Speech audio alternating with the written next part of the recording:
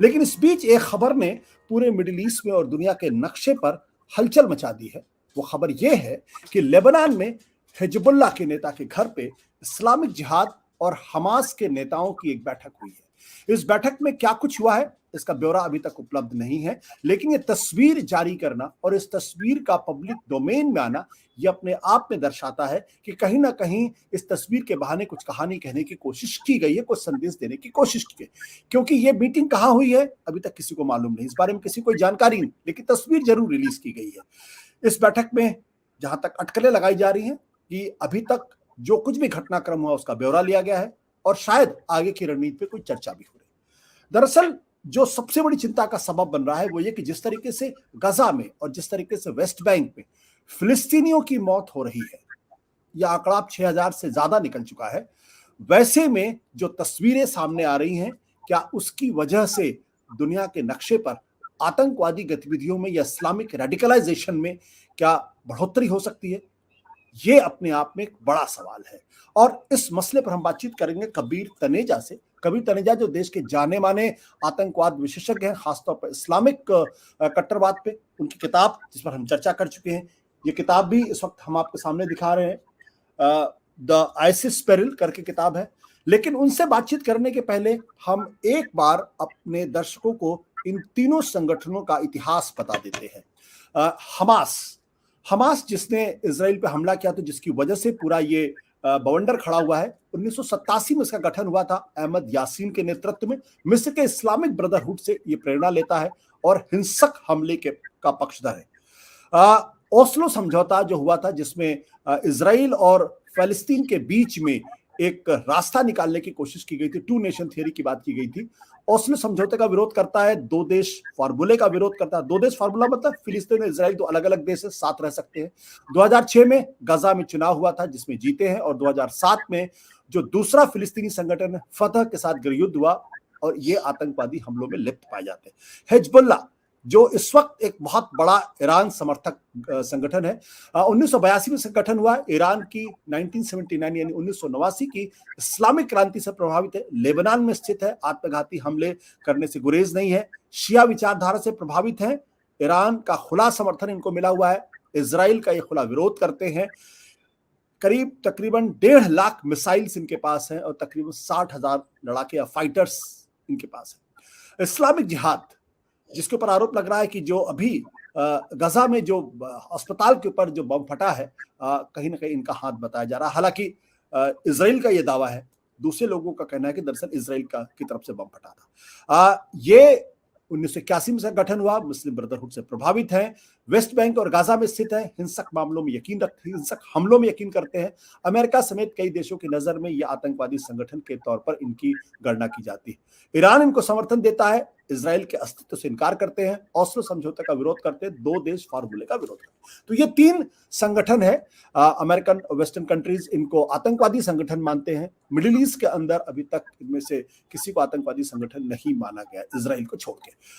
कबीर, ये जो मीटिंग हुई है ये कितनी महत्वपूर्ण मीटिंग आप मानते हैं? देखिए, मेरे ख्याल से ये मीटिंग इतनी भी महत्वपूर्ण नहीं है और मैं इसका आपको बताता हूँ ऐसा क्यों है। क्योंकि ऐसी मीटिंग्स हिजबुल्लाह, हमास और ईरानियन लीडरशिप के बीच में लेबनान में काफी कॉमन है।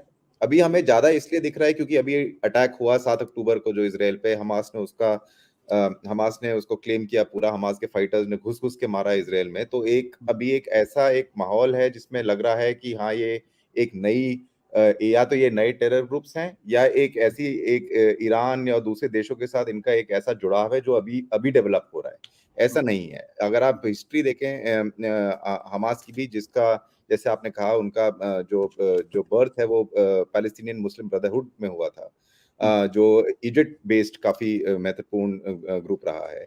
और पैलेस्टीनियन इस्लामिक जिहाद छोटा है हमास से, लेकिन उनके जो डायरेक्ट रिलेशन ईरान से काफी ज्यादा हैं और हमास और हिजबुल्लाह भी एक दूसरे के साथ काम करते हैं। लेकिन इसमें हमें यही याद रखना पड़ेगा कि ये एक मैरिज ऑफ कन्वीनियंस है जिसको कहते हैं।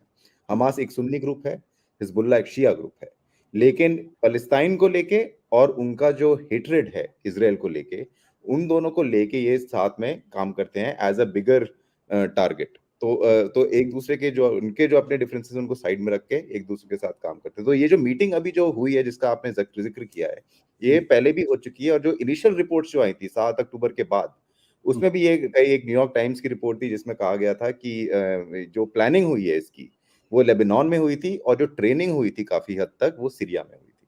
तो ये जो जुड़ाव है इन ग्रुप्स का और इन कई स्टेट्स का, ये बहुत पुराना जुड़ाव है।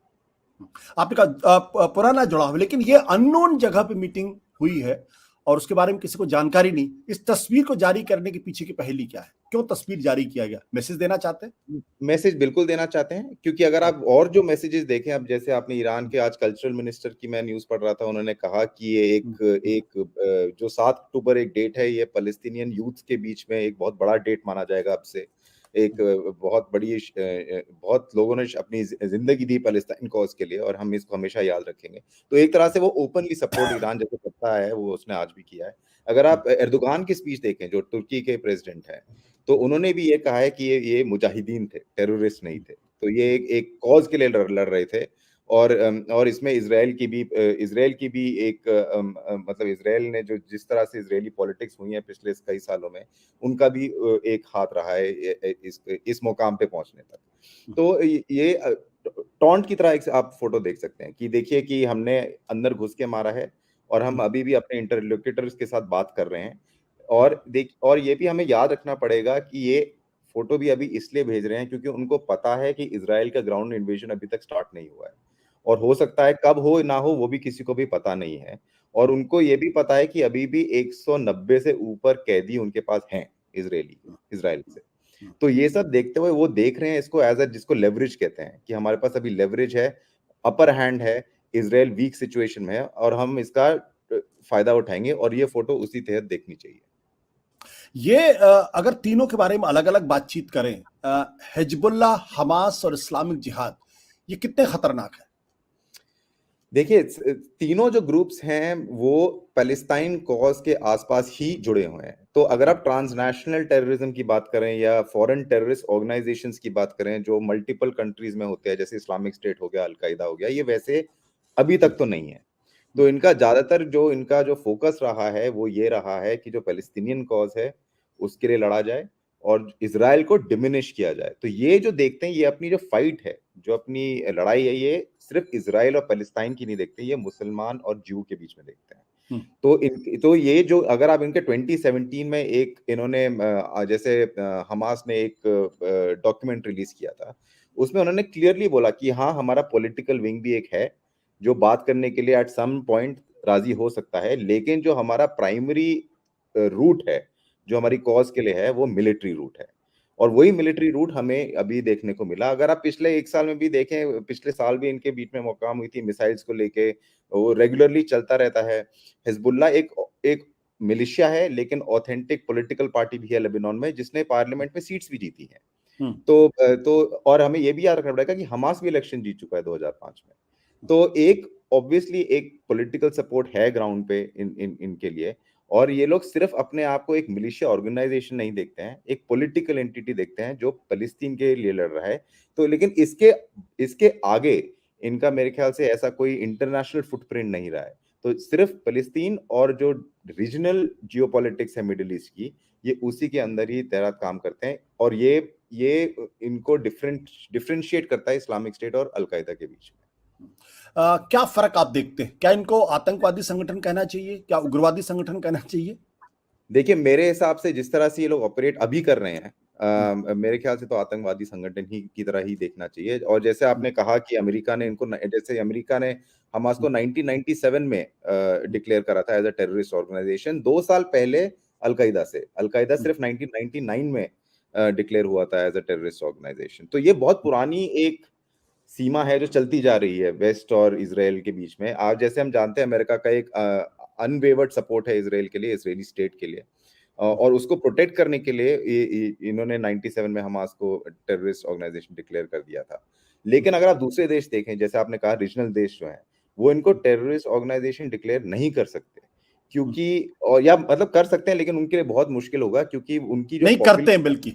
हाँ, उनकी जो पॉपुलेशन है वो अगेंस्ट हो सकती है। वो कह सकती है कि ये तो पैलेस्टीनियन कॉज के लिए लड़ रहे हैं, आप इनको टेररिस्ट ऑर्गेनाइजेशन कैसे बोल सकते हैं? और जो दूसरे देश हैं, भारत भी नहीं करता है इनको, रूस भी नहीं करता है इनको, साउथ ईस्ट एशियन कंट्रीज भी नहीं करती इनको recognise as a terrorist organisation.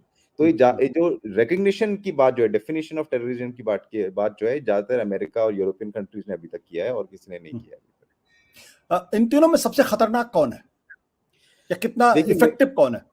देखिए, इफेक्टिव डिपेंड करेगा हम कैसे देखें। अगर आप देखें कि गाजा स्ट्रिप जो है वो कंप्लीटली हमास के कंट्रोल में रहती है, तो अगर आप गाजा स्ट्रिप की तरफ देखें तो सबसे ज्यादा हमास का कंट्रोल है और सबसे खतरनाक हमास है वहां पे। अगर आप वेस्ट बैंक देखें तो वहां पे पैलेस्टीनियन इस्लामिक जिहाद का ज्यादा कहर है।